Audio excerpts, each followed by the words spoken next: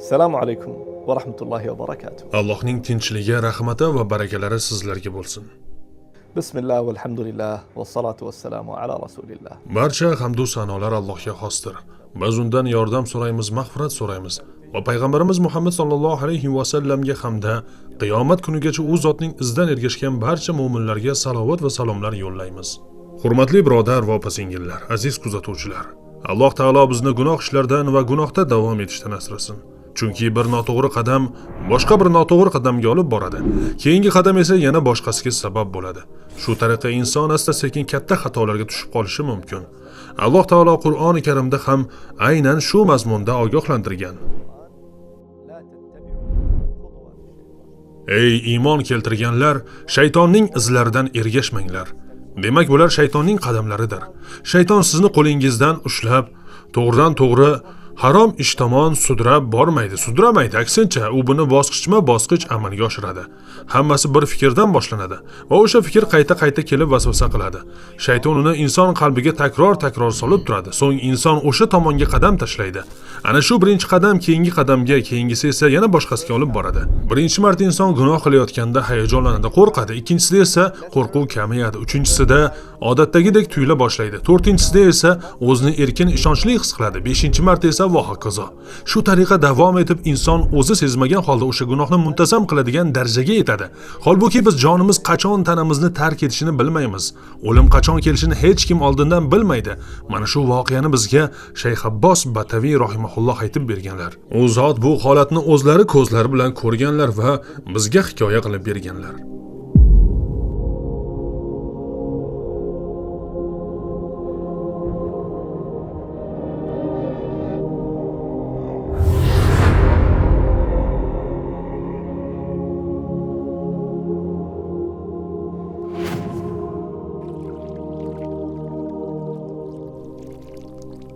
Bir kuni shayxga qo'ng'iroq bo'ldi. Bir ona yig'lab, "Ey Shayx Abbos, iltimos biznikiga keling. Yordamingiz kerak. O'g'limizning holatini ko'rib bering" dedi. Shunda shayx, "Inshaalloh boraman, lekin tez yordam chaqirdingizmi?" deb so'radilar. Ayol esa, "Yo'q, ey shayx. Avval siz kelib holatni tekshiring, keyin boshqa choralarni ko'ramiz" dedi. Shayx shunda javob berdi. Odatda tartib shunday bo'ladi. Avval tez yordam chaqiriladi. Tez yordam kelib holat tekshiriladi. Keyin ular tegishli idoralarga xabar beradi. Shundan so'ng mas'ul tashkilotlar o'lim holatini rasman tasdiqlaydi yoki kerakli choralarni ko'radi. Jarayon shu tarzda davom etadi. Oxirida esa men kelib yuvib beraman dedi. Lekin ayol telefonda iltimos qilishda davom etdi. "Ey shayx, iltimos, Alloh haqqi iltimos keling. Sizni taniyman. Sizdan iltimos qilaman, uyimizga keling. Bizda juda og'ir, xos bir vaziyat bor. Iltimos kelib bizga yordam bering. Alloh uchun yordam bering." Shayx aytdilar, "Xo'p, manzilingizni ayting." Ayol manzilini aytdi. Bir muddatdan keyin shayx o'sha uy tomon yo'l oldilar. Shayx aytadiki, "Odatda men biror vafot bo'lgan uyga borsam, uyni uzoqdan, mashinalar ko'pligidan tanib olaman. Chunki biror kishi vafot etgani haqida xabar tarqalgach, odamlar kelishni boshlaydilar. Ba'zilar ovqat olib keladi, ba'zilar suv yoki boshqa kerakli narsalarni olib kelishadi. Yana boshqalar esa marhumning oila a'zolariga taskin berish uchun keladi. Ular yonida bo'lib yaxshi so'zlar aytishadi. Shuning uchun bunday uylar odatda odam bilan gavjum bo'ladi. Lekin bu safar shayxni boshqacha manzara kutayotgan edi. Shayx aytadi, "Men manzilga yetib bordim, lekin hech narsa ko'rinmadi. Qaysi uy ekan? Atrofda mashinalar ham yo'q edi. Shunda men eriga qo'ng'iroq qildim. U kishi javob berdi. Men aytdimki, "Men keldim, lekin qaysi uy ekanini aniqlay olmayapman. Tashqarida turibman. Bu yerda mashinalar ham ko'rinmayapti." U kishi, "Shayx, iltimos kutib turing, hozir chiqaman" dedi. Birozdan keyin ota uylardan biridan chiqib keldi va aytdiki, "Keling ey shayx, keling." So'ng meni uy ichiga boshlab kirdi. Men so'radim, "Jasad qayerda?" U "Tomda." "Tomda? Men hayron bo'ldim. Nega tomda? Odatda ayrim odamlar 2 yoki 3 qavatli uy qurganda tom qismida qo'shimcha bir xona qurib qo'yadilar. Shunday xonalardan biri tomda joylashgandi. Bu xona odatda taxminan 3 ga 4 xona bo'ladi. Ya'ni tom ustiga qurilgan kichik bir xona. Odamlar bunday xonani ba'zan dam olish uchun ishlatadi yoki bolalar o'ynashi uchun. Shunda bolalar uy ichida yugurib, buyumlarini sindirib yoki oila a'zolariga xalaqit bermaydi. Demak, bu oilaning ham tom ustida shunday qo'shimcha xonasi bor edi. Uyga kirganimdan keyin birinchi aytgan gapim, "Xo'p, boshqa hamma narsadan oldin jasadni ko'rishni xohlayman" dedim. Shayx jasadni ko'rishni so'raganlarining sababi shuki, g'usl va kafan bilan shug'ullanadigan kishilar odatda avval marhumning jasadini ko'rib chiqadilar. Chunki kafan uchun qancha mato kerak bo'lishi jasadning holatiga bog'liq. Marhum ozg'inmi, semizmi, bo'yi uzunmi, qisqami? Shuning uchun shayx avval jasadni ko'rib, keyin unga mos miqdorda kafan tayyorlashni reja qildi. Shayx aytadi, jasadni ko'rgach ulardan so'radim. Marhumni qayerda yuvintirgizmoqchisiz? Ular shu yerda deb javob berishdi. Va shundan so'ng ular shayxni yuvintiriladigan joy tomon boshladilar. Shayx aytadiki, men o'sha xonaga kirganimda juda oddiy yashash xonasiga o'xshardi. Xonaning old tomonda televizor turardi, bir divan, bir kravat bor edi, stullar qo'yilgandi. Yana bu xonada CD va har xil turdagi kasetalar ham bor edi. Televizor pulti va boshqa elektron jihozlar ham joyida edi. Xullas, xonada odatdagi hordiq chiqarish uchun kerak bo'ladigan barcha narsalar mavjud edi. Shayx bu manzarani ko'rib, vaziyatning g'alatiligini sezdi. Shayx aytadi, xonaning tashqarisiga chiqsam, u yerda ham deyarli hamma narsa bor. Stol tennisi, bilyard, yana boshqa o'yin vositalari. Ya'ni bu joy yosh yigit uchun to'liq jihozlangandi. Dam olish, o'ynash va vaqt o'tkazish uchun. Shundan so'ng otasi shayxni yana o'sha xonaga boshlab kirdi va aytdiki, yuvintirishni mana shu yerda qilaverasiz dedi. Shayx joyni ko'zdan kechirdi va "Xo'p, mayli, muammo yo'q. Unda men kerakli jihozlarni olib kelay." Shayx Abbos Badaviy kerakli jihozlarni olib kelgandan keyin jasadni olib kelinglar dedi.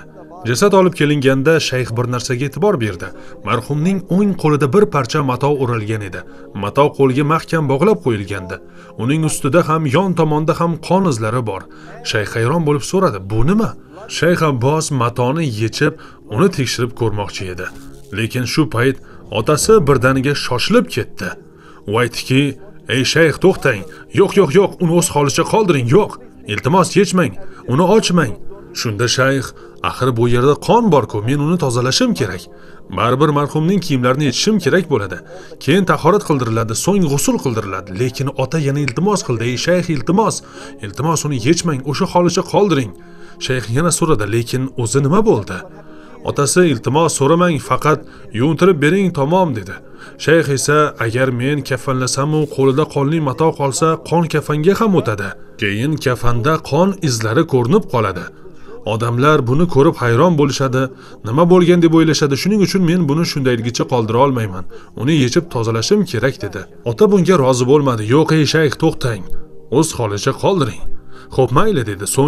So'ng yuvintirishni boshladi. Lekin har safar o'sha qo'lga yaqinlashganda ota yana takrorlardi. "Iltimos, qo'lni o'sha holicha qoldiring" deyishardi. "Tegmang."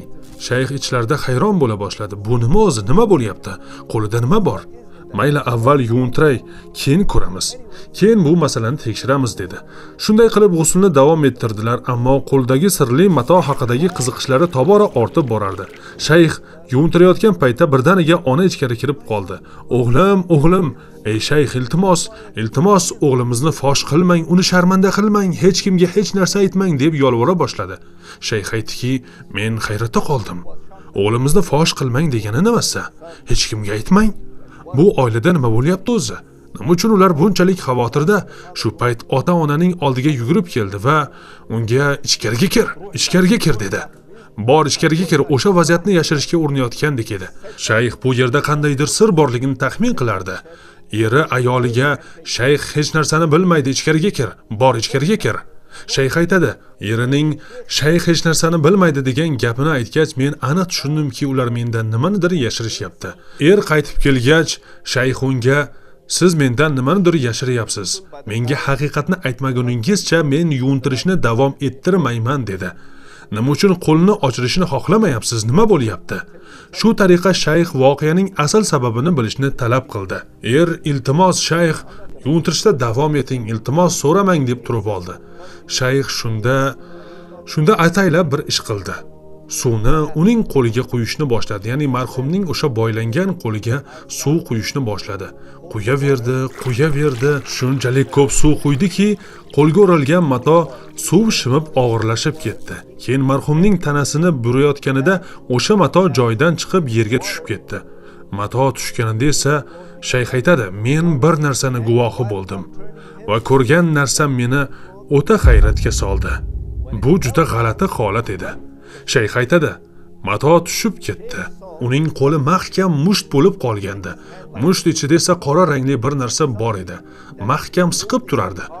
Qo'li juda qattiq musht bo'lib qolgan.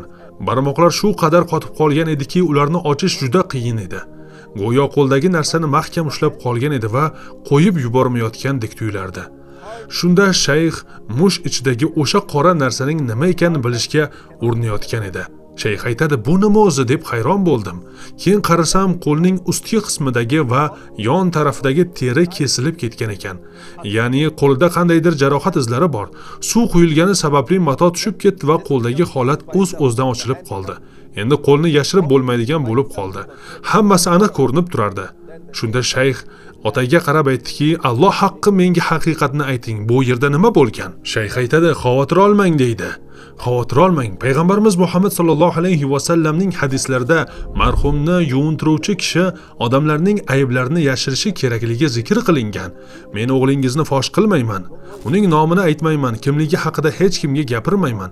Men bu voqeani aytsam ham odamlar uning kimligini bilmaydilar. Shundan keyin ota gapira boshladi va nihoyat shu paytgacha yashirib kelgan sirni ochishga qaror qildi. Ota gap boshladi va aytdiki: "Men o'g'limga hamma narsani muhayyo qilib berdim. Qo'limdan kelgancha barcha sharoitlarni yaratdim. Ko'rib turganingizdek unga alohida xona ham qurdim. Tom ustida maxsus xona tayyorlab berdim. Ichida barcha sharoitlari bilan. Uyda televizor bor, yonida kompyuter ham bor, turli video o'yinlar, ko'ngli tusagan deyarli hamma narsa bor va u kunning katta qismini o'sha xonada o'tkazardi."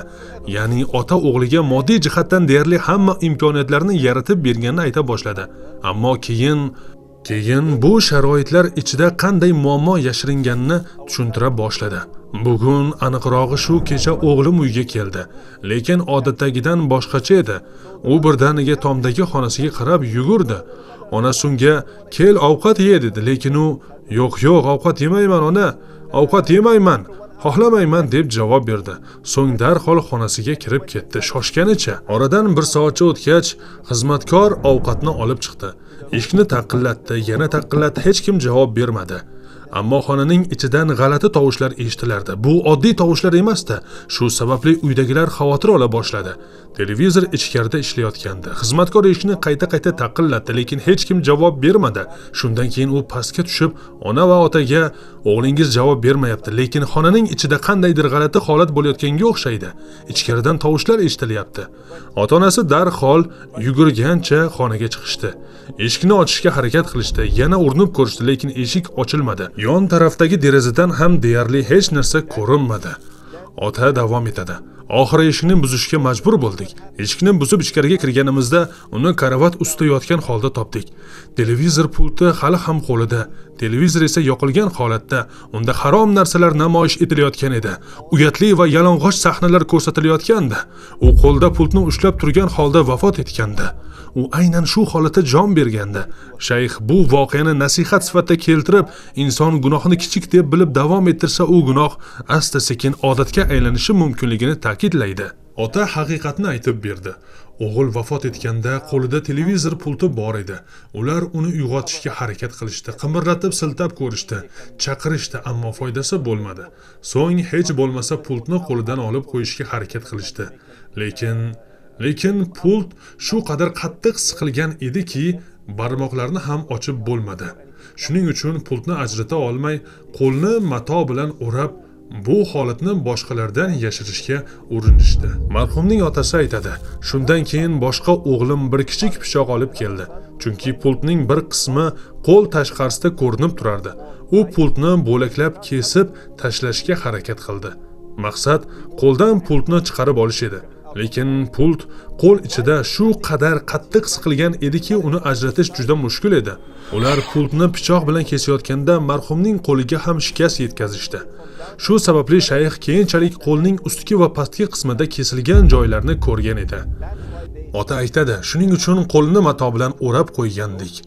Buni eshitgan shayx hayratga tushib, otadan nega o'g'liga bunchalik cheksiz erkinlik berganini va uni nazoratsiz qoldirganini so'radi. Ota esa uni yomon do'stlardan va ko'cha ta'siridan asramoqchi edim deb javob berdi. Shayx shunda nazoratsiz erkinlik ham katta xavf bo'lishi mumkinligini ta'kidladi.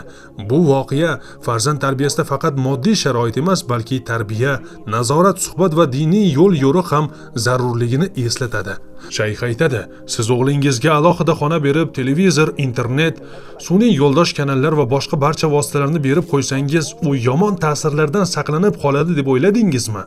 Aslida esa siz ko'chadagi yomon bolalarni uning oldiga olib kelmadingiz, lekin ularning yomonliklarini va undan ham battar narsalarni o'sha xonaning ichiga olib kirib qo'ydingiz. Keyinchalik shayx aytadi, men shu kabi voqealardan 3 tasini ko'rganman. Ulardan biri shu yigit. Uning qo'lni ochish ko'rinishdi, lekin pultni chiqarishning iloji bo'lmadi. Agar kuch ishlatilsa, barmoqlari sinib ketishi mumkin edi. Natijada u qo'lda pult bilan dafn qilindi. Shayx yana aytadi, yana bir keksa odamni ko'rdim. U pultni qo'lda ushlamagan edi, lekin qo'li pult ustida turardi. U televizor qarshisida qo'shiqlar tomosha qilayotgan paytda vafot etgandi. 3-kishi esa yosh yigit edi. U qo'lida sigaret qutisini mahkam ushlagancha o'lib qolgan edi. Subhanalloh. Kim qanday holatda vafot etsa, qiyomat kuni o'sha holatga yaqin tarzda tiriladi degan ma'nodagi hadislar bor. Shayx bu qissadan nasihat chiqarib shunday deydi. Qarang, bu yigitning yakuni qanday bo'ldi? Qarang, u qo'lda pult bilan harom narsalarni tomosha qilayotgan holatda vafot etdi. Harom narsalarni. Allohu akbar. Men Alloh subhanahu va taolodan bizni yomon odatlardan va gunohlardan asrashini, hamda yomon oqibatdan va yomon yakundan ham saqlashini va bizga husnul xotima berishini duo qilib so'rayman. Inshaalloh yana davom etamiz. Ungacha esa Assalomu alaykum va rahmatullohi va barakatuh. Islomning go'zalligini his eting va hayotingizga xotirjamlik hamda baxt olib kiring. One Islam TV ilovasi orqali siz qiziqarli hujjatli filmlarni, ilhomlantiruvchi ma'ruzalarni, foydali islomiy dasturlarni va yana ko'plab mazmunli kontentlarni tomosha qilishingiz mumkin. Bugunoq App Store yoki Google Play orqali yuklab oling.